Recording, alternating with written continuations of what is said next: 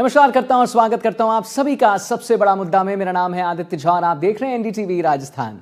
देखिए, राजस्थान की 7 विधानसभा सीटों यानी दौसा, रामगढ़, देवली उनियारा, खीवसर, झुंझुनू, सलियमपुर, चौरासी पर उपचुनाव का मतदान संपन्न हो गया है। जी हां, 19 लाख से ज्यादा मतदाताओं वाले इस चुनाव में 69 प्रत्याशियों का भाग्य अब ईवीएम में कैद हो चुका है।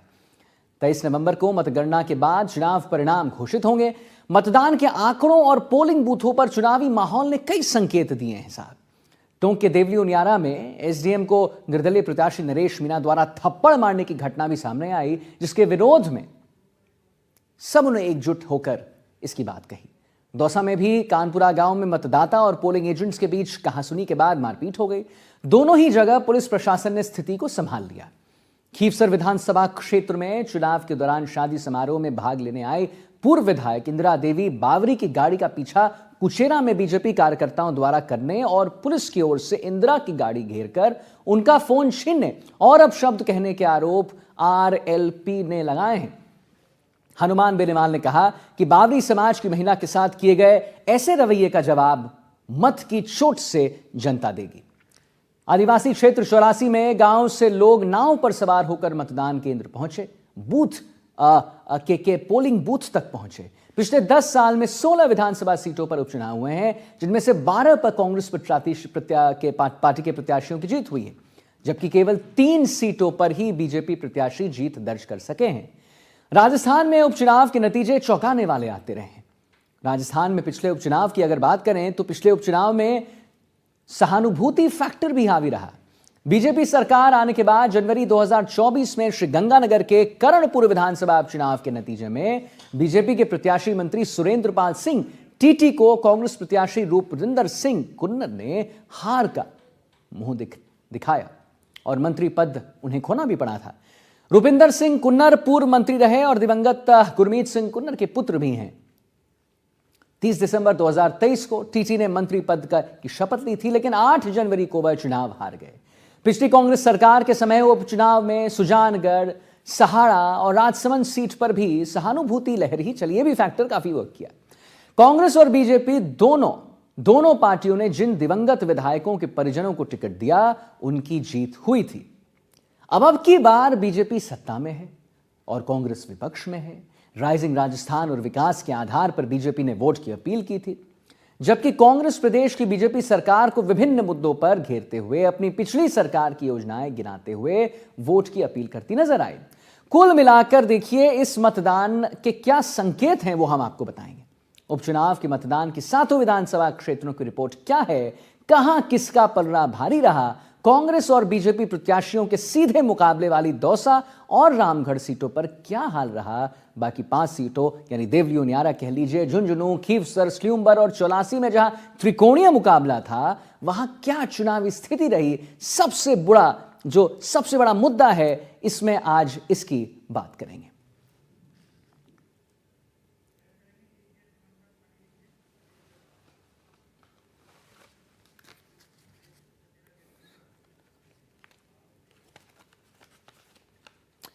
जी हाँ, तो आज इस समीकरण को समझने के लिए और आप तक समझाने के लिए हमारे साथ कुछ गेस्ट हैं। जितेंद्र मीणा है, राष्ट्रीय प्रवक्ता हैं, बीएपी नरेंद्र कटारा हैं, बीजेपी प्रवक्ता हैं, और डॉक्टर सुमित गर्ग हैं, कांग्रेस प्रवक्ता हैं।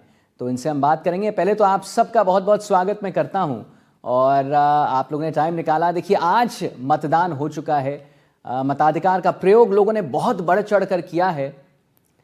तो सबसे पहले जरा हम अगर चलते हैं और बात करना चाहेंगे जितेंद्र मीणा जी से, राष्ट्रीय प्रवक्ता हैं बीएपी। आप इसे कैसे देख रहे हैं जितेंद्र जी? देखिए, इस बार उपचुनाव में बढ़ चढ़कर वोटिंग हुई है। पिछले उपचुनाव में इतनी वोटिंग नहीं हुई थी जितनी इस बार हुई है। आप इसे कैसे देखते हैं? सबसे पहला सवाल यही।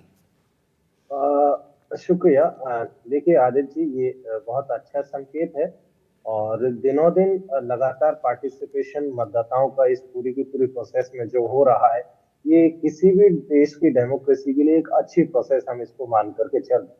दूसरी चीज इसके साथ साथ ये भी है कि पिछले 10 महीनों में जिस तरीके का कामकाज सरकार का रहा, उसकी समीक्षा का भी जो है ये टाइम था जब लोगों ने अपने जो भी ग्रीवेंसेस थे, जो उम्मीदों से उन्होंने जिस सरकार को वोट दिया था और वो उम्मीदें जब पूरी नहीं हो पाई, तो उसकी नाराजगी भी आज की तारीख में मतदाताओं में देखने को मिली। खास करके मैं अगर आदिवासी बेल्ट में बात करूं, 84 और सलूंगर वाला जो पूरा का पूरा हिस्सा है, वहां पर ये खास तौर पर ये देखने को मिल रहा है कि लगातार वो नाराजगी सबके सामने आ रही थी। लोग नाराज होकर के सरकार के खिलाफ जो मतदान कर रहे थे, और इसको इसी नजर से जो है देखे जाने की जरूरत है। जी।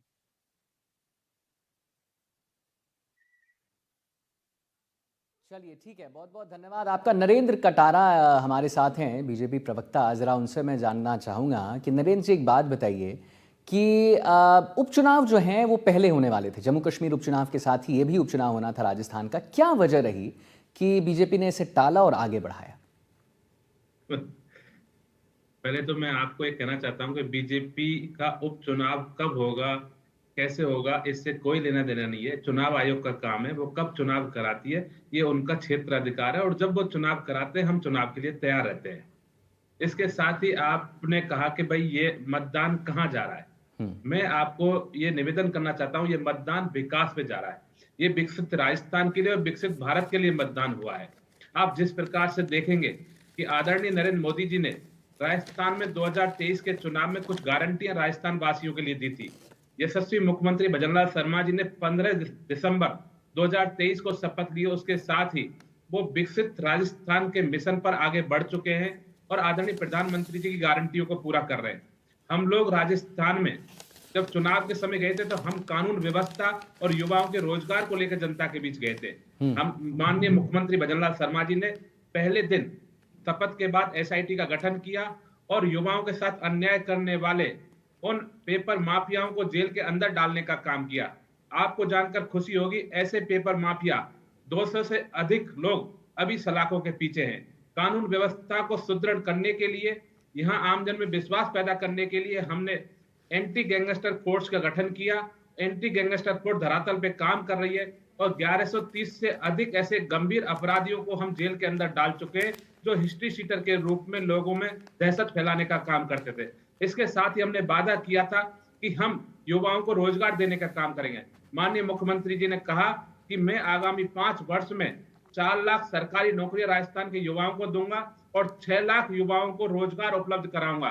माननीय मुख्यमंत्री जी लगातार उस तरफ बढ़ रहे हैं और हम अब तक इन 11 महीनों में 32,000 राजस्थान के युवाओं को नियुक्ति पत्र दे चुके हैं। सरकारी नौकरियों के 10,000 नौकरियों का हम रिजल्ट निकाल चुके हैं और आगामी 1 साल जब पूरा होगा हमारा 15 दिसंबर को भजनलाल सरकार का, तो हम एक साथ 25,000 युवाओं को सरकारी नौकरियों के नियुक्ति पत्र सौंपेंगे। इसके साथ ही प्रथम वर्ष 1,11,000 से अधिक भर्तियों की तैयारी हम कर चुके हैं। तो मैं कहना चाहता हूं कि हम हर गारंटी को पूरा कर रहे हैं। इसी प्रकार माननीय मोदी जी ने कहा था कि राजस्थान में 450 रुपए में गैस का उज्ज्वला सिलेंडर दिया जाएगा। हम 73,000 से अधिक लोगों को गैस का सिलेंडर उपलब्ध करा चुके हैं। राजस्थान सरकार ने सम्मान निधि में 6,000 से बढ़ाकर 8,000 रुपए कर दिए और राजस्थान में 65 लाख किसानों को 653 करोड़ रुपए से अधिक का अनुदान हमारे किसानों के लिए दिया गया है। हमने 75,000 किसानों को कृषि कनेक्शन दिए हैं और करीब 15,000 करोड़ का हमने अनुदान बिजली में किसानों के लिए दिया है। माननीय भजनलाल शर्मा जी राजस्थान में भागीरथ के रूप में प्रसिद्ध हुए हैं, क्योंकि राजस्थान में जल की क्या आवश्यकता है राजस्थान वासी से अधिक कोई नहीं जान सकता। कांग्रेस पार्टी जहां ईआरसीपी को टाल रही थी, भटका रही थी, पहले दिन ही निर्णय लेते हुए माननीय मोदी जी के नेतृत्व में, मार्गदर्शन में मध्य प्रदेश और राजस्थान सरकार ने समझौता किया। राजस्थान के लाखों लोगों को पीने का पानी और सिंचाई का पानी ईआरसीपी के माध्यम से मिलेगा। इस प्रकार से आगे बढ़ते हुए अब रिसर्चेंट राजस्थान के माध्यम से राजस्थान में विकास को पंख लगाई जा रही है। 15 लाख करोड़ के एमओयू हम कर चुके हैं। हम गांव-गांव, ढाड़ी-ढाड़ी, शहर हर जगह यहाँ हम विकास की धारा बहा रहे हैं और आने वाले दिनों में युवाओं को समृद्ध रोजगार मिलेगा, युवा समृद्ध होंगे, राजस्थान समृद्ध होगा और इस विकास के पथ पर भजनलाल सरकार आगे बढ़ रही है और ये उपचुनाव उसी विकास पर मोहर लगा रहा है। इसीलिए हम सातों की सातों सीट जीत रहे हैं। भारतीय जनता पार्टी इस चुनाव में सातों की 7 सीट जीतेगी, क्योंकि जनता ने माननीय मुख्यमंत्री जी के जो मीटिंग्स हुई, मुख्यमंत्री जी की सभाएं हुई, उनमें जिस प्रकार से आशीर्वाद दिया, जिस प्रकार से स्नेह दिया, उसको आप देख सकते हैं। 84 की सभा में लाखों लोगों की भीड़ उनकी सभा में उमड़ी। मुख्यमंत्री जी ने 14 सभाएं 7 विधानसभा सीटों पे की है। मुख्यमंत्री जी के रोड शो हो, सभाएं हो, जनता ने जिस प्रकार का प्यार दिया, मतदाताओं ने जिस प्रकार का प्यार दिया, उससे यह प्रमाणित होता है कि भारतीय जनता पार्टी सातों की सातों सीट राजस्थान में जीत रही है। चलिए ठीक है। पहले तो मैं ज़रा राजेश कसेरा हैं, वो हमारे साथ जुड़ गए हैं, उनका भी स्वागत करना चाहूँगा। वरिष्ठ पत्रकार हैं राजेश जी, बहुत बहुत स्वागत है आपका। मैं डॉक्टर सुमित गर्ग के पास चलना चाहूँगा, कांग्रेस प्रवक्ता हैं ये। डॉक्टर सुमित गर्ग, ऐसा है कि जो हमने सुना, हमारे दर्शकों ने भी सुना, जितेंद्र मीना कह रहे हैं कि इस बार मुहर लगेगा क्योंकि विकास एक बहुत बड़ा मुद्दा है, विकास पर इस बार मुहर लगना है। आपका टेक जानना चाहेंगे पेपर लीक मुद्दे को लेकर। आपका क्या टेक है? क्या लगता है आपको कि पेपर लीक मुद्दा एक बहुत बड़ा मुद्दा है जिस पर कहीं ना कहीं रुझान जो है वो बीजेपी की तरफ होगा आम जनमानस का? आदित्य जी नमस्कार। आदित्य जी, सबसे पहले तो मैं आपके माध्यम से सातों विधानसभा क्षेत्र के मतदाताओं का हार्दिक आभार, अभिनंदन प्रकट करता हूं, जिन्होंने लोकतंत्र के इस महापर्व में आगे बढ़कर मतदान किया। अब मैं बात पे आता हूं कि इन चुनावों का क्या परिणाम होने जा रहा है। यकीन जानिए आदित्य जी, ये चुनाव भाजपा की 11 महीने पुरानी सरकार के खिलाफ मतदान होने के खिलाफ हुआ, उसकी नीतियों के खिलाफ हुआ है। नरेंद्र जी ने बड़ी लंबी चौड़ी बातें करी, एक एक करके मैं उनका जवाब दे देता हूं। सबसे पहले इन्होंने बात करी नरेंद्र मोदी की गारंटी। अरे साहब, नरेंद्र मोदी की गारंटी तो नरेंद्र मोदी जी ने लोकसभा चुनावों में ही रफू चक्कर कर दी थी। जब पहला दौर जब लोकसभा चुनाव का खत्म हुआ, नरेंद्र मोदी जी ने गारंटी का नाम लेना बंद कर दिया, मुसलमान और मंगलसूत्र पर आ गए थे, और आज तक वो गारंटियां रफू चक्कर ही है, कहीं पर भी नहीं है, धरातल पर कोई मोदी की गारंटी नहीं है। दूसरी बात आपने भी करी और इन्होंने भी करी, पेपर लीक की। बिल्कुल बहुत बड़ा मुद्दा है, युवाओं के लिए भी, देश के लिए भी, प्रदेश के लिए भी। लेकिन जब पेपर लीक हुआ तो हमारी तत्कालीन संवेदनशील सरकार ने तुरंत कार्यवाही करते हुए देश का नहीं, देश का आज तक का सबसे कड़ा कानून लेकर आए, और जिसके चलते हमने उनको गिरफ्तार करने का काम किया। दूसरी ओर आपने देखा कि जब केंद्र की सरकार के अधिकार क्षेत्र में जो नीट की परीक्षा होती थी उसका पेपर लीक हुआ, सरकार गई सुप्रीम कोर्ट और वहां जाके हलफनामा दायर करती है कि कोई पेपर लीक नहीं हुआ। दूसरी तरफ एजेंसियां गिरफ्तारियां कर रही थी। तो ये इनका पेपर लीक पर आचरण रहा है। इसी पेपर, अगर राजस्थान के पेपर लीक की बात करूं, ये बड़ी बड़ी बातें कर रहे थे। साहब आप ही बता दो कि मुख्यमंत्री जी सही कहते हैं कि किरोड़ी लाल जी सही कहते हैं? किरोड़ी लाल जी कहते हैं मुख्यमंत्री जी लीपापोती कर रहे हैं, पता नहीं क्या है, कार्यवाही नहीं करना चाहते। मुख्य ये कहते हैं कार्यवाही हो रही, तो आप ये तय कर लेंगे आपके दोनों नेताओं में से कौन सही कह रहा है। इन्होंने बात करी रोजगार की। आदित्य जी, बड़े दुख के साथ मुझे कहना पड़ रहा है कि भारत सरकार की एजेंसियां कहती हैं कि राजस्थान इस प्रदेश में सबसे ज्यादा बेरोजगार देने वाला प्रदेश है। 8% से ज्यादा हमारी बेरोजगारी दर है, और ये कहते हैं रोजगार दिया। अरे कहां रोजगार दिया? एक आदेश में 55,000 युवाओं को, 55,000 युवाओं का मतलब कम से कम 2 लाख राजस्थान वासियों को इन्होंने सड़क पर ला दिया। 5,000 युवा मित्र और 50,000 के लगभग महात्मा गांधी सेवा प्रेरक। इन्होंने सिलेंडर की बात करी। अभी 4 दिन पहले, 10 दिन पहले का शायद इन्होंने अखबार नहीं पढ़ा, सिलेंडर की क्या हालत है, जनता त्राही त्राही कर रही है, कहीं कोई फ्री का सिलेंडर नहीं है, वो भी मोदी की गारंटी के साथ रफू चक्कर हो चुका है। ये बात करने आए सम्मान निधि की, मैं कहता हूं किस मुंह से बात करते हैं? 12,000 की बात करी थी, 8,000 देते हैं और कहते हैं हम सम्मान निधि दे रहे हो। सम्मान नहीं, आप अपमान कर रहे हो। इस देश के धरती पुत्र का, राजस्थान के धरती पुत्र का अपमान कर रहे हो, सम्मान निधि नहीं दे रहे। आपने बात करी ईआरसीपी की। आदित्य जी, मैं बता देता हूं, हम पूर्वी राजस्थान के लोगों के साथ सबसे बड़ा कुटारा घात किया इस भजन लाल सरकार ने। हमारे पीठ में छुरा घोंपा ईआरसीपी के नाम पर। ईआरसीपी का जो बेसिक मॉडल था वो ये कहता था कि 3700 एमसीएम पानी मिलेगा और उससे 2,80,000 भूमि संचित होगी। इन्होंने क्या किया? डर गए, समझौता किया, अनुभवहीनता अदूरदर्शिता के चलते। उसमें क्या किया? 2300 एमसीएम पानी और उससे 2 लाख हेक्टेयर भूमि जो है वो सिंचित होगी। तो 1400 एमसीएम तो हमारा पानी खा गई। 60,000 हेक्टेयर हमारी भूमि को इन्होंने प्यासा रख छोड़ा। चलिए, जितेंद्र मीना जी कुछ कहना चाह रहे थे, बार बार वो आपके पास में, आपके पास में आता हूं। हाँ। इन्होंने यमुना समझौते की बात करी, तो यमुना समझौते में साहब काय का समझौता किया आपने? कौन सी फीट थपथपाते हो? समझौता ये कहता है कि हरियाणा के पास एक्स्ट्रा पानी होगा तो वो देगा। तो काय का समझौता है? ये तो उनके आगे सरेंडर करके आया। ठीक है नरेंद्र जी, मैं आता हूं आपके पास। बहुत देर से जितेंद्र मीना जी वो हाथ खड़ा किए हुए। जी जितेंद्र जी, आप अपनी बात रखें। मैं आता हूं आपके पास। जितेंद्र जी, आप अपनी बात रखें। देखिए नरेंद्र जी, जो हमारे साथी अभी बात कर रहे थे, खास करके जो रोजगार वाले मसले की जिसकी बात कही, उन्होंने कहा कि 25,000 नौजवानों को उन्होंने रोजगार दिया है। अगर हम लोग 10 महीने के कार्यकाल में अगर 25,000 का एवरेज लगा करके चले, तो इस हिसाब से अगले पूरे 5 साल में ये सरकार 1 से 1.25 लाख नौकरियां इस राजस्थान के युवाओं को देने वाली है। इससे उनका एक चीज पता चलता है। लेकिन दूसरी चीज जो जो सबसे जरूरी चीज है, अगर हम लोग देखें जो इस दौर में हुई है, वो ये हुई है कि किसानों को जो यूरिया मिलता था उसका कट्टा 50 किलो से घट करके 45 किलो पे आ गया, हम्म। और दाम वही का वही है। दूसरी चीज की उसकी शॉर्टेज भी लगातार बढ़ती जा रही है। हम्म। ऐसे में मुद्दा जो है अभी भी वहीं के वहीं है। जिस तरीके का वादा, अभी पानी की बात कही, ईआरसीपी का एक मसला है, उसमें एक और जो इंटरेस्टिंग चीज है वो ये है कि जो 50% डिपेंडेबिलिटी का क्राइटेरिया था उसे बीजेपी सरकार ने आकर के 75% कर दिया गया, और उसके चलते ये पूरा का पूरा घाटा हुआ है। ईआरसीपी के साथ साथ आप साउथ राजस्थान जब देखेंगे तो पता चलेगा कि दक्षिणी राजस्थान में खास करके 84 हो या सलूमर का ऐसा हो, वहां पर लगातार पानी का क्राइसिस चल रहा है।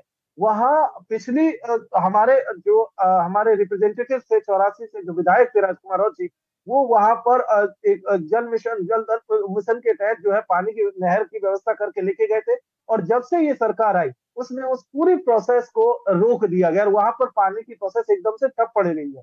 ऐसे में इसके साथ साथ अगर हम लोग देखें तो यही स्थिति हमें सलूमर के अंतर्गत देखने को मिलती है, जहां पर पानी का क्राइसिस लगातार बढ़ता गया। तीसरा इश्यू आप देखिए तो पलायन, जिस पलायन को लेकर के बड़ी बातें हुई थी पिछले चुनावों में, अब आप देखते हैं तो ठीक पता है, चलेगा कि ठीक है, पलायन ठीक आज है। भी मैं आता हूं आपके पास, मैं आता हूं जितेंद्र जी, आता हूं। राजेश कसेरा भी हमारे साथ, वरिष्ठ पत्रकार जुड़ गए हैं। तो राजेश, एक बात बताइए, देखिए मताधिकार का प्रयोग कर लिया है सबने, सबका जो है एक क्या मैं कहूँ, जो आने वाला फ्यूचर है वो अब कैद हो चुका है।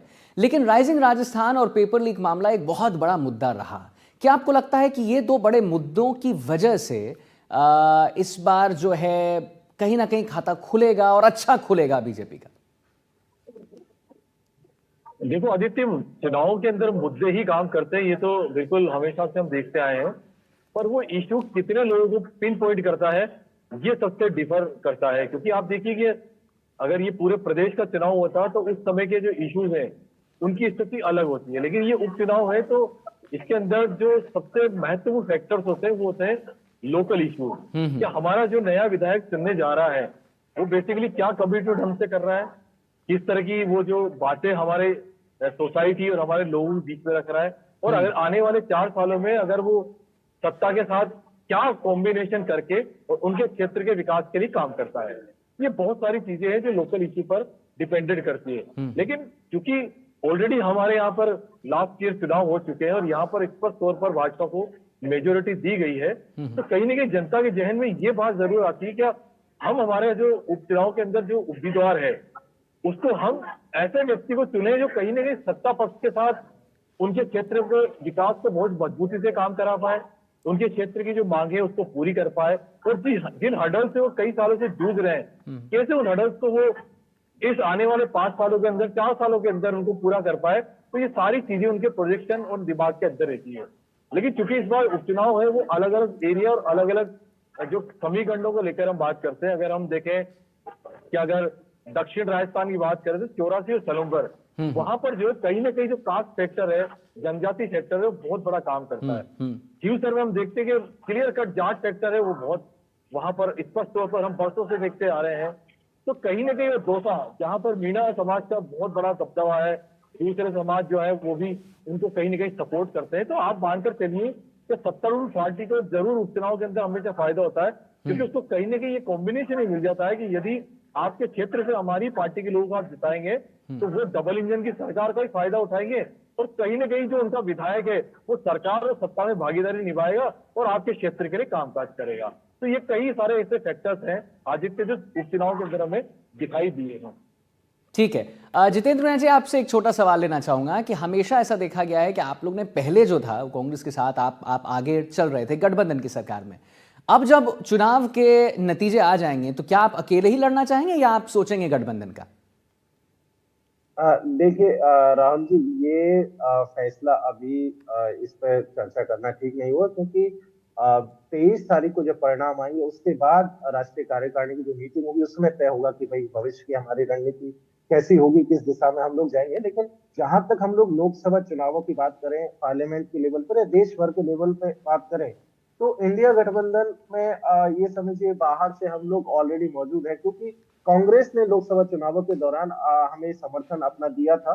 और उसको ध्यान में रखते हुए अगर हम लोग बात करें तो इंडिया लेवल के उस गठबंधन का हम लोग बाहर से हिस्सा है, तो हम लोग उसके साथ कंटिन्यू। लेकिन राजस्थान में हम लोग किस तरीके से आगे बढ़ेंगे, इस पे जो है जब राष्ट्रीय कार्यकारिणी की बैठक होगी तो उसके बाद है। चलिए ठीक है। नरेंद्र कटारा जी, आपसे एक सवाल लेना चाहूंगा। जब डॉक्टर सुमित गर्ग अपनी बात रख रहे थे तो आप बार बार हाथ उठा रहे थे। आज वाजिब सी बात है, आप रेसिप्रोकेट करना चाहते थे, अपनी बात रखना चाहते थे।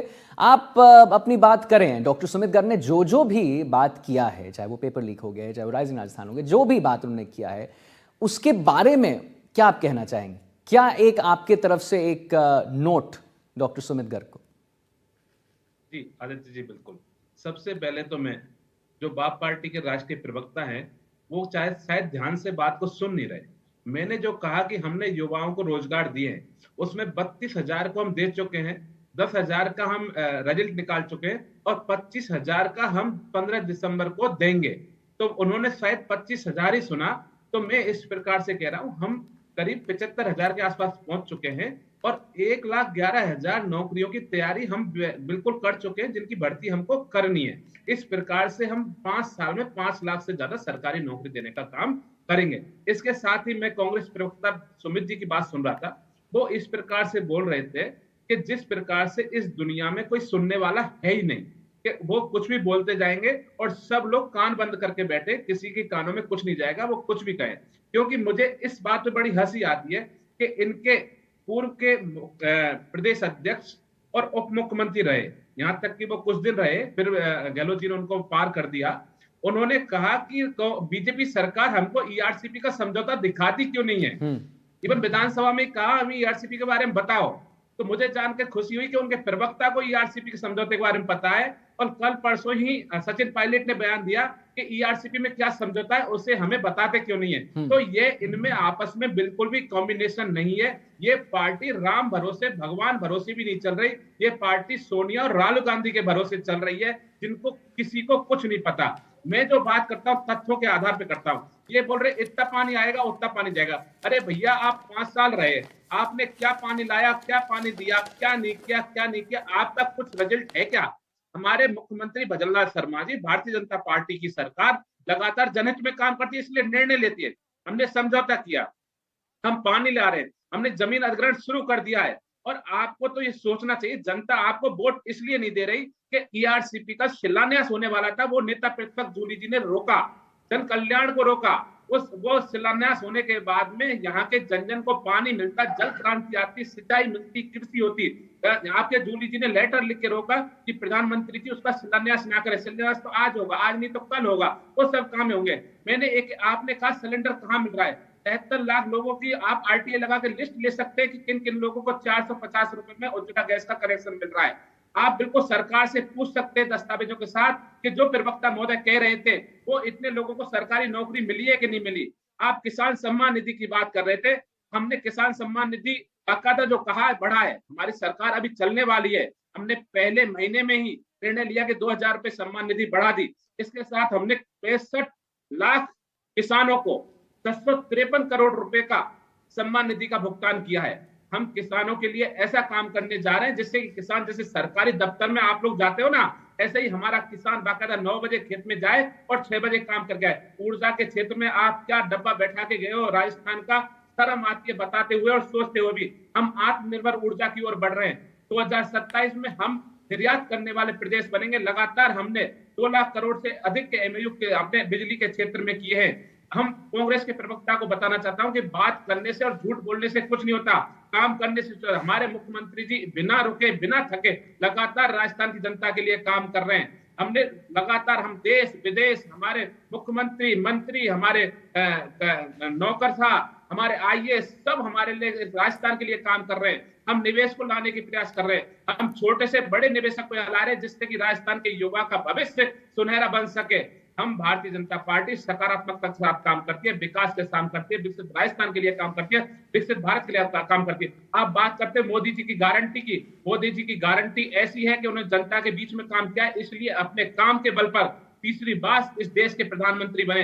ये दुनिया में बहुत बड़ी बात है कि कोई व्यक्ति, चाय बेचने वाला व्यक्ति, गरीब घर का व्यक्ति तीसरी बार इस देश का प्रधानमंत्री बनता है, तो ये फख्र की बात है। ये मोदी जी की गारंटी बने।